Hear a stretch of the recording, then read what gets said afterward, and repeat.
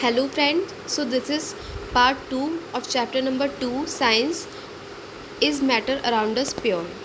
So let's start. Firstly, we will see what are solutions. A solution is a homogeneous mixture of two or more substances. Solution होता है homogeneous mixture होता है दो या दो से ज़्यादा सब्सटेंसेस के मिक्सचर होमोजीनियस मिक्सचर को सॉल्यूशन बोलते हैं.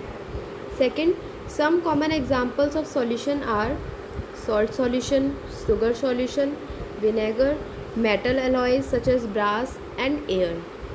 ये examples हैं. Third, salt solution and sugar solution are also known as true solutions because in these solutions the particles of salt and sugar are mixed so well with water that we cannot distinguish one from the other. Salt solution और sugar solution को हम true solutions भी कह सकते हैं because in these solutions the particles of salt and sugar are mixed so well. इतने अच्छे से मिक्स हो जाते हैं उनके पार्टिकल्स वाटर के साथ कि हम उनको डिस्टिंग्विश ही नहीं कर सकते. उनको हम कोई भी अंतर नज़र नहीं आता उसमें, इस वजह से वो ट्रू सॉल्यूशंस कहलाते हैं.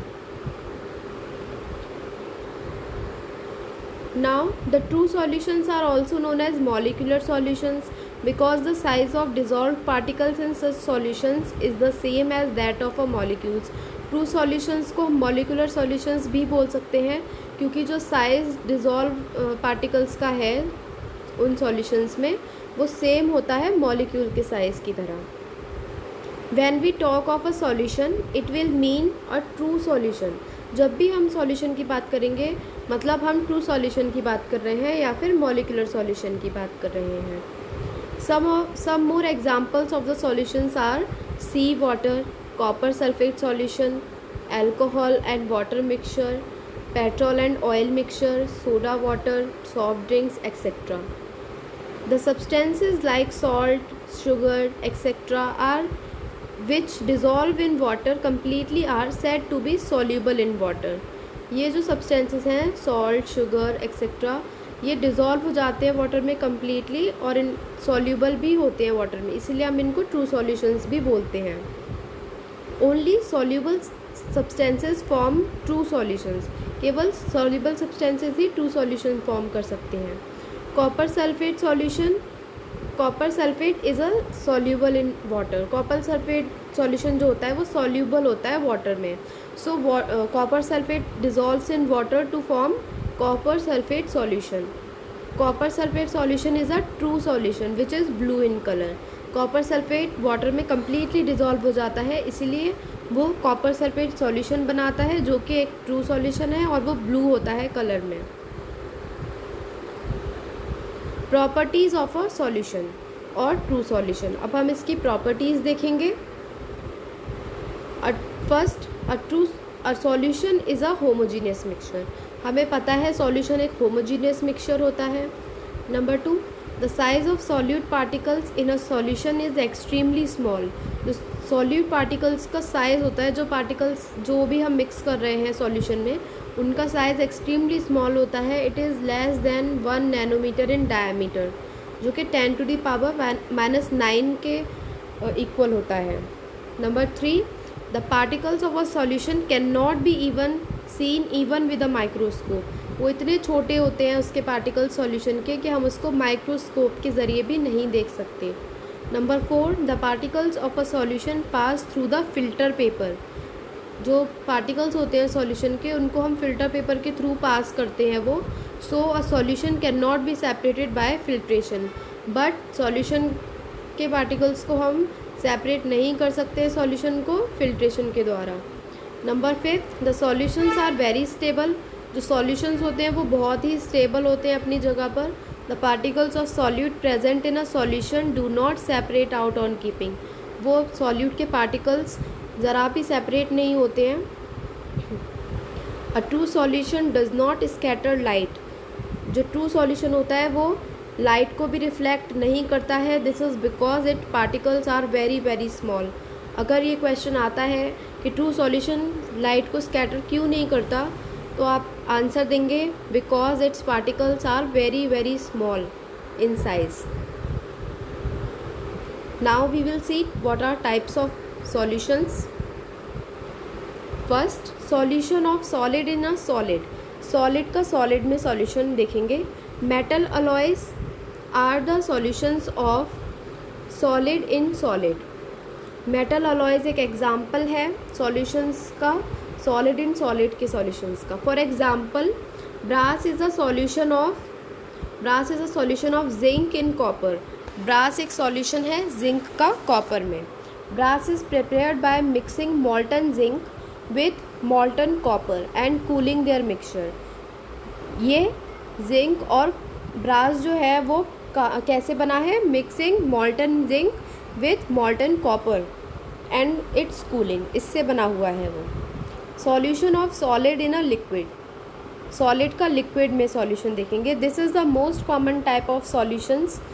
Sugar solution and salt solution are the solutions of solid in liquids. A solution of iodine in alcohol called tincture of iodine, इसको हम tincture of iodine भी बोल सकते हैं, is also a solid in a liquid type of solution. This is because it contains a solid iodine dissolved in a liquid alcohol.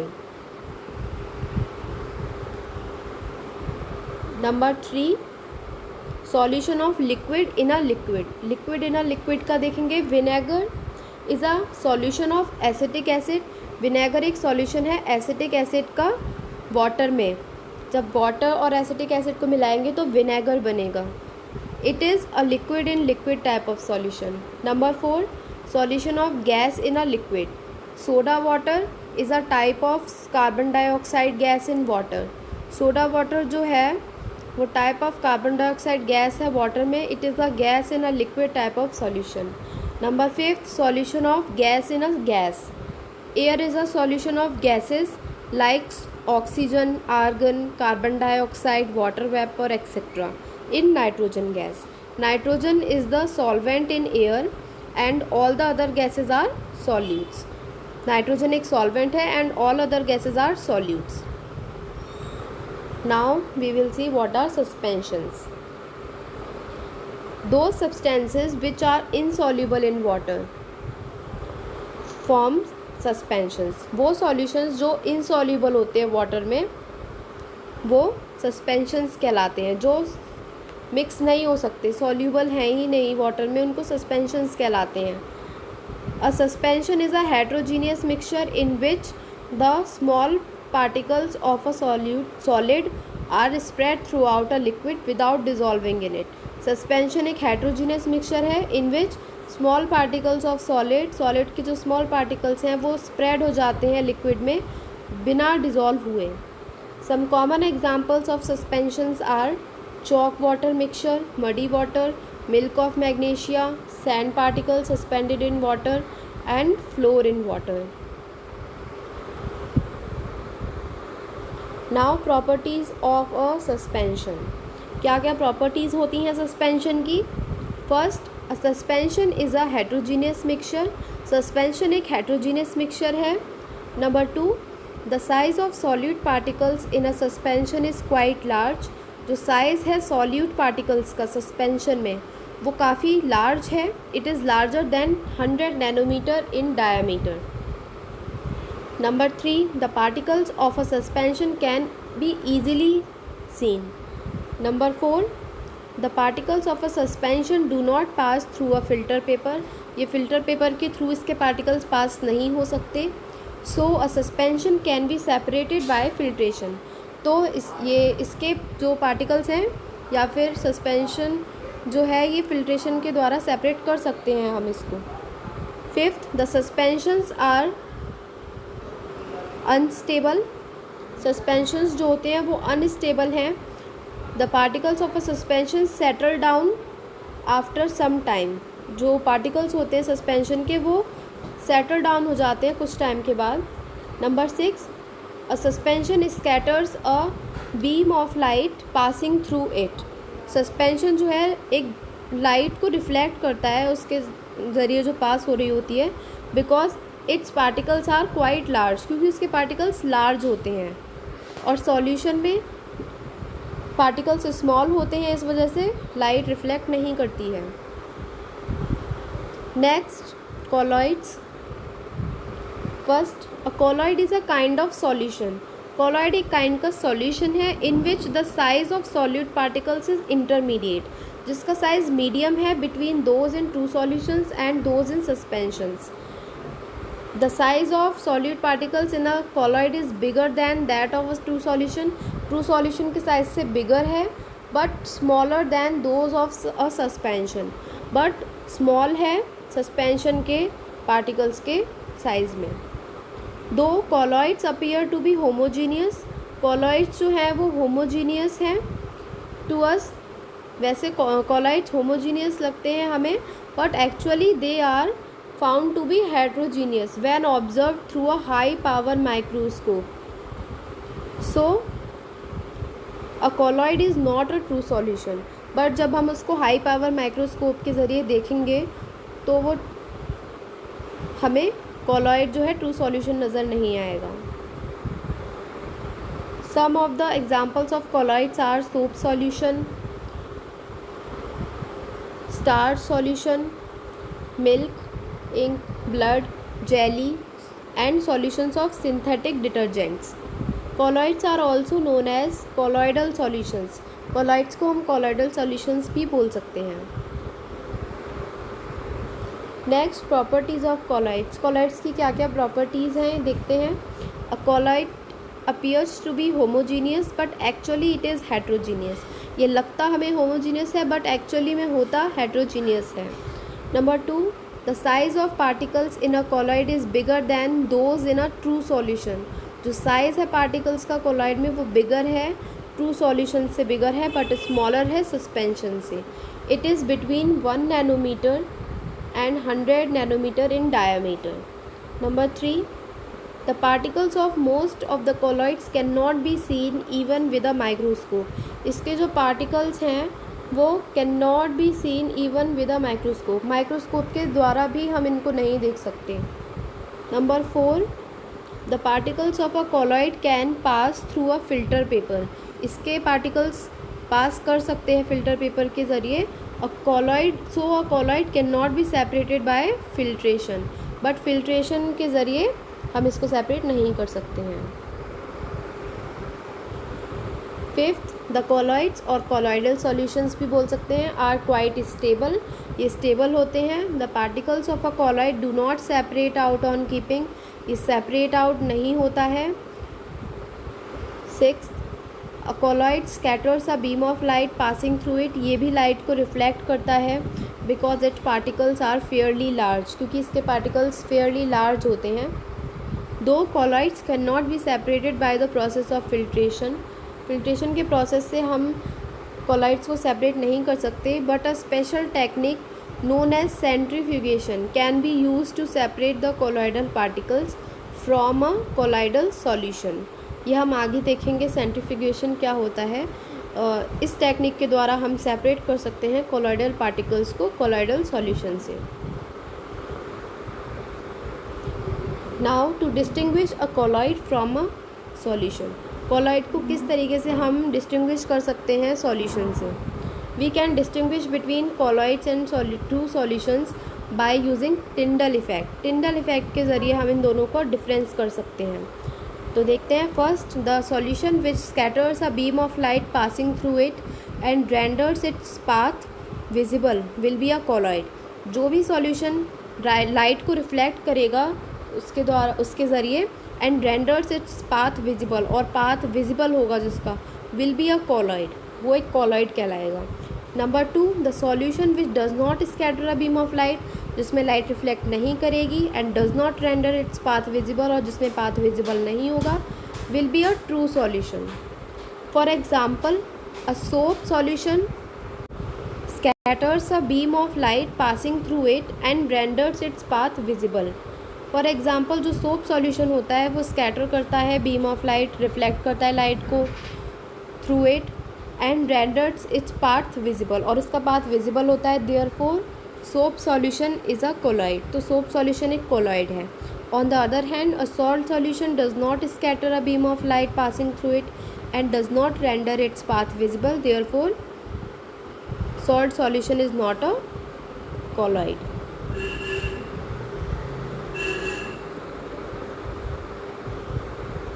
Classification of colloids. Colloids do not involve only solids and liquids, they may also involve gases. So, colloids are classified according to the physical state of dispersed phase. Colloids जो हैं वो involve करते हैं solids and liquids, दे में also involve gases को भी involve कर सकते हैं. colloids are classified according to the physical state of dispersed phase solute and the dispersion solvent. Most of the colloids can be classified into the following 7 groups. First, sol. Second, solid sol. Third, aerosol. Fourth, emulsion. Fifth, foam. Sixth, solid foam. Seventh, gel. So, first we will see what is sol. Sol is a colloid in which tiny solid particles are dispersed in a liquid medium. Sol एक colloid है जिसमें tiny solid particles जो होते हैं वो disperse होते हैं liquid medium में. The examples of sol are ink, soap solution, starch solution and most paints. Number 2, solid sol. Solid sol is a colloid in which solid particles are dispersed in a solid medium. Solid sol जो होता है वो solid particles solid sol जो होता है वो colloid होता है in which solid particles are dispersed in a solid medium. Solid particles solid medium में ही डिस्पर्स किए जाते हैं. The example of a solid sol is coloured gemstones like ruby. ये जो एग्जाम्पल है ये इसी सॉलिड सोल का एग्जाम्पल है. Number 3, aerosol. An aerosol is a colloid, ये भी एक कोलॉइड है इन विच अ सॉलिड और liquid is dispersed in gas including air. The examples of aerosols in which a solid is dispersed in a gas are smoke, automobile exhaust. The examples of aerosols in which a liquid is dispersed in a gas are hair spray, fog, mist, clouds. जैसे कि ये example है. इसमें guys यहाँ पर ये लिखा हुआ नहीं है therefore salt solution. यहाँ पर salt solution जो होता है ये मिस्टेक हो गई है, sorry for this. Salt solution जो होता है वो लाइट बीम ऑफ लाइट को स्कैटर नहीं करता है और इसका पाथ भी विजिबल नहीं होता है, तो वो एक कॉलॉइड नहीं है, इसलिए हम इसको डिफ्रेंशिएट कर सकते हैं, वो एक सॉल्यूशन है. इससे हमें पता लग सकता है. Okay, sorry for this mistake.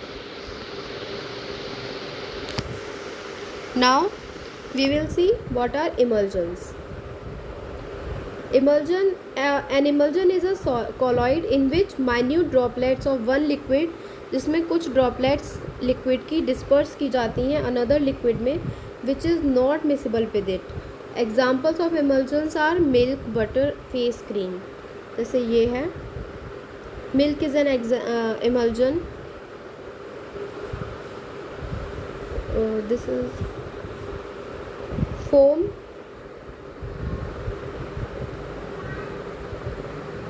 Foam का जो एग्जांपल है, the foam is a colloid in which a gas is dispersed in a liquid medium. इसमें गैस डिस्पर्स की जाती है लिक्विड मीडियम में. The examples of foam are fire extinguisher foam, soap bubbles, shaving cream and beer foam. जैसे कि ये है solid foam. The solid foam is a colloid in which gas is dispersed in a solid medium. Gas जो है वो disperse की जाती है सॉलिड मीडियम में. The examples of solid foam are insulating foam, foam rubber, sponge and bread like this. Gel. The gel is a semi solid colloid. ये एक semi solid colloid है, आधा लिक्विड भी लग सकता है और आधा सॉलिड भी लगता है. ये colloid in which there is continuous network of solid particles dispersed in a liquid, जिसमें continuous network of solid particles disperse करते हैं लिक्विड में. The examples of gel are jellies, gelatin and hair gel like this. Now concentration of a solution. What is concentration of solution? The concentration of a solution is the amount of solute present in a given quantity of the solution. Concentration of solution होता है the amount of solute present in a given quantity of solution. Amount of solute है, solute का जो amount है present है quantity of solution में, उसको हम कंसंट्रेशन ऑफ सॉल्यूशन बोलते हैं। The concentration of solution is defined as the mass of solute in grams, solute का मास ग्राम्स में, present in 100 grams of solution, 100 grams of solution में जो प्रेजेंट होता है। ये फॉर्मूला है कंसंट्रेशन ऑफ सॉल्यूशन का, इससे आप क्वेश्चंस या न्यूमेरिकल सॉल्व कर सकते हैं। Concentration of solution is equal to mass of solute upon mass of solution into 100 हम ज़रूर करते हैं। This is the formula. For example, mass of solute 10 gram and mass of solvent 90 gram. Solute हमने salt लिया है 10 ग्राम है, और solvent हमने वाटर लिया है जो कि 90 ग्राम है। मास ऑफ सॉल्यूशन जो होता है वो मास of solute plus mass of solvent होता है। जैसे तो फिर इसमें हम पुट कर देंगे, मास ऑफ सॉल्यूट 10 है और मास ऑफ सॉल्वेंट 90 है, इन दोनों को ऐड करेंगे तो 100 बन जाएगा। कंसंट्रेशन ऑफ सॉल्यूशन वाला फॉर्मूला पुट करके इसी में देखेंगे, इसी एग्जांपल में, तो 10/100 इंटू 100 करेंगे तो आंसर 10% आएगा by mass. Now what are saturated solutions? Saturated solutions, a solution in which no more solute can be dissolved at that temperature. उस पर्टिकुलर टेम्परेचर पे no more solute can be dissolved, किसी और solute को हम dissolve नहीं कर सकते, is called a saturated solution. For example, if in an aqueous salt solution no more salt can be dissolved at that temperature, then that solution will be a saturated solution. Unsaturated solution, a solution in which more quantity of solute can be dissolved without raising its temperature. ज़्यादा quantity of solute हम dissolve कर सकते हैं उसका temperature raise किए बिना, is called an unsaturated solution. For example, if an aqueous solution of salt, more of salt can be dissolved without raising its temperature, then this salt solution will be an unsaturated solution. Actually, an unsaturated solution contains lesser amount of solute. Unsaturated solution जो है वो lesser amount of solute contain करता है than maximum amount of solute which can be dissolved in it at that temperature. Okay. Now we will see what is solubility. The maximum amount of a solute which can be dissolved in 100 grams of solvent. Maximum amount of solute जो कि 100 grams of solvent में dissolve हो सकती है at a specified temperature is known as solubility of that solute in that solvent at that temperature. Question, let's see 12 grams of potassium sulphate dissolves in 75 grams of water at 60 degree. What is the solubility in water at that temperature? हमसे solubility पूछी गई है, क्या होगी उस temperature पर. Temperature क्या है? 60 degree Celsius. Here we have given that 75 grams of water dissolves in 12 grams of potassium sulfate. We have to find how much potassium sulfate will dissolve in 100 grams of water. हमें find करना है कितनी potassium sulphate dissolve की गई है 100 grams of water में. तो पहले हम देखेंगे 75 gram of water is equal to 12 gram of potassium sulfate. Then 100 gram of water will dissolve 12 upon 75 into 100 gram of potassium sulfate. So the answer will be 16 gram of potassium sulfate. The solubility of potassium sulfate in water is 16 gram at 60 degrees Celsius. Now, effect of temperature and pressure on solubility. क्या effect होता है temperature का और pressure का solubility पर? First, solubility of solids in liquids usually increases on increasing the temperature. Solubility जो होती है solids in liquids की वो इंक्रीज़ होती है टेम्परेचर को इंक्रीज़ करने पर एंड डिक्रीज़ होती है टेम्परेचर को डिक्रीज़ करने पर. Number 2, the solubility of solid in liquids remains unaffected by the changes in pressure. ये अनअफेक्टेड रहती है, इसको कोई फ़र्क नहीं पड़ता प्रेशर के चेंज हो जाने से। Number 3, the solubility of gases in liquids usually decreases और इंक्रीजिंग द टेम्परेचर। जो सॉलिबिलिटी होती है गैसेज इन लिक्विड्स की, वो यूजुअली डिक्रीज़ होती है टेम्परेचर को इंक्रीज़ करने पर, and increases on decreasing the temperature, और बढ़ जाती है अगर हम टेम्परेचर को डिक्रीज़ कर देते हैं, कम कर देते हैं तो। Now we will see what are physical changes. First, those changes in which no new substances are formed are called physical changes. जिसमें कोई भी नया सब्सटेंस नहीं बनता उसको फिजिकल चेंज बोलते हैं। Number 2, in a physical change the substances involved do not change their identity. वो अपनी आइडेंटिटी को चेंज नहीं करते, वैसे ही रहते हैं। They can be easily return to their original form. वो अपनी ओरिजिनल फॉर्म में रिटर्न हो सकते हैं by some physical process.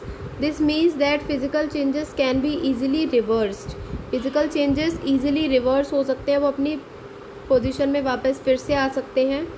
The changes in physical state, size, shape of a substance are physical changes. State में, साइज में, shape में जो सब्सटेंसेस चेंज हो जाते हैं उनको हम फिजिकल चेंजेस बोल देते हैं।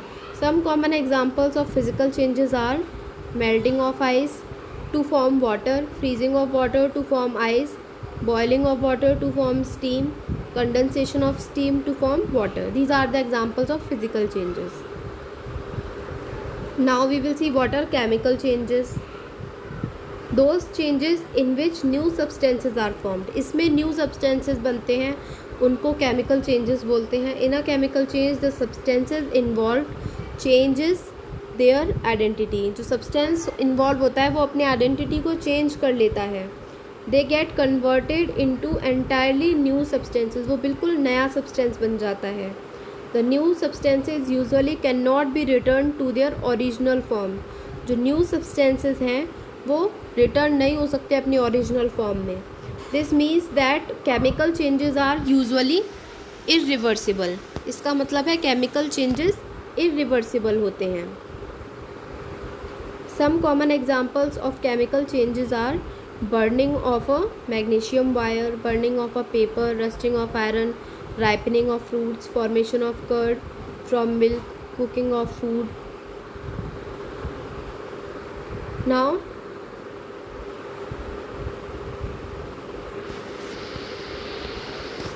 this is the difference between physical change and chemical change. Number 1, no new substance is formed in a physical change. कोई भी नया सब्सटेंस नहीं बनता है फिजिकल चेंज में।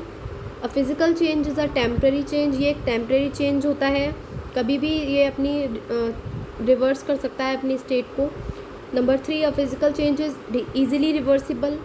नंबर 4, वेरी लिटिल हीट और light energy is usually absorbed और given out in a physical change. बहुत ही कम हीट या फिर लाइट एनर्जी यूज़ होती है एब्जॉर्ब करने के लिए फिजिकल चेंज में। Number 5, the mass of a substance does not alter in a physical change. जो मास होता है सब्सटेंस का वो चेंज नहीं होता है फिजिकल चेंज में।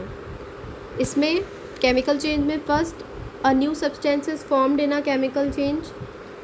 अ chemical change is a permanent change. ये एक परमानेंट चेंज होता है। Third, a chemical change is usually irreversible. ये चेंज रिवर्स नहीं हो सकता, रिवर्स बैक नहीं हो सकता है ये। अ लॉट ऑफ हीट और लाइट एनर्जी इज़ एब्जॉर्ब्ड और given out in a chemical change. इसमें बहुत सारी हीट और लाइट एनर्जी की ज़रूरत पड़ती है। Number 5, the mass of a substance does not alter in a chemical change. The mass of a substance does not alter in a chemical change. जो mass होता है सब्सटेंस का वो चेंज होता रहता है केमिकल चेंजेस में। So thank you friends. Please like, share and subscribe this video. Thank you.